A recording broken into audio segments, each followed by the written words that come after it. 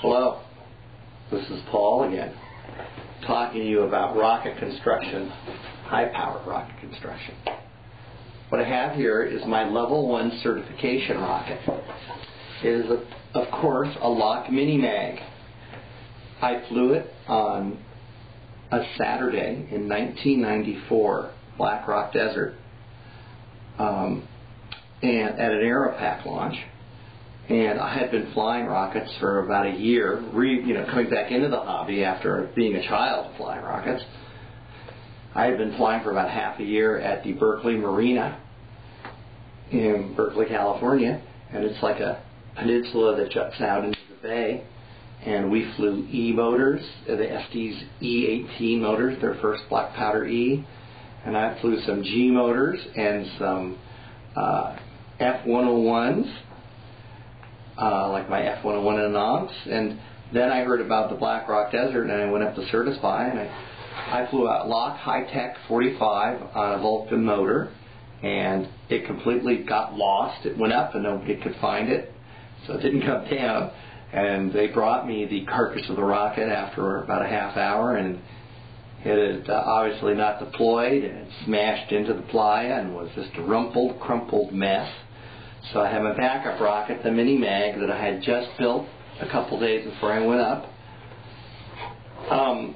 Notice the tiger stripes, I call it a tiger cat pattern.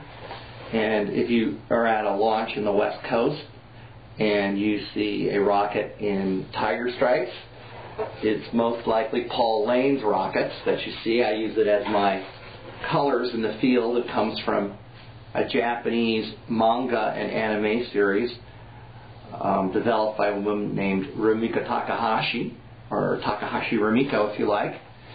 And I flew this rocket and as my second attempt, and I was flying up on the Blackrock Desert for the first time, and I was with my flying buddy, Brian Hill. And that morning I had a big plate of pork chops, I think, at Bruno's. Totally the wrong thing to eat before you go out in the playa, but I ate this huge breakfast and felt kind of logy out there. But on my second attempt, it flew like all Lock Mini-Mags fly. I think everybody knows that they come off the pad and they veer right or left and hang and go down. They're not a very spectacular or even a good rocket. But mine arced over like every Mini-Mag and came down, and it cracked a fin, but Pius Morizumi thought I had met all the conditions.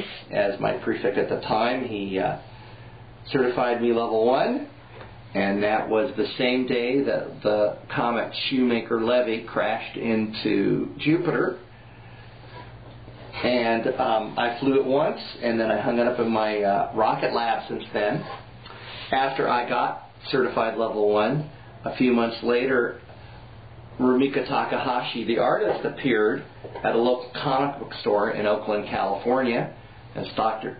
Comics and Mr. Games, and I showed up, and there's a big line around the block to see Rumiko Takahashi and have her sign something for you, and have you tell her how much you love her, because everyone just loves her work, just loves her.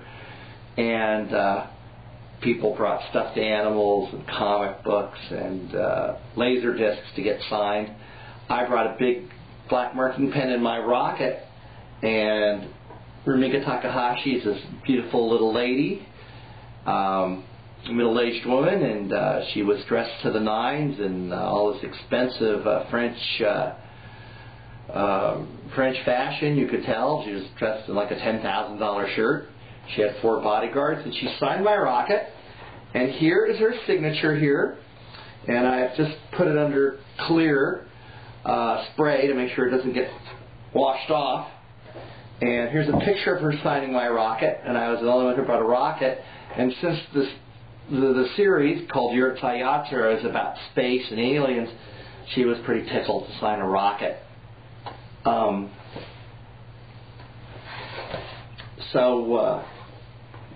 If I built this rocket today, I'd build it totally differently. It's got like an elastic. I think I was smart enough to put a big elastic strap in from Joanne Fabric But it hasn't seen much, I can tell you, it hasn't seen much wear and tear because it only flew once.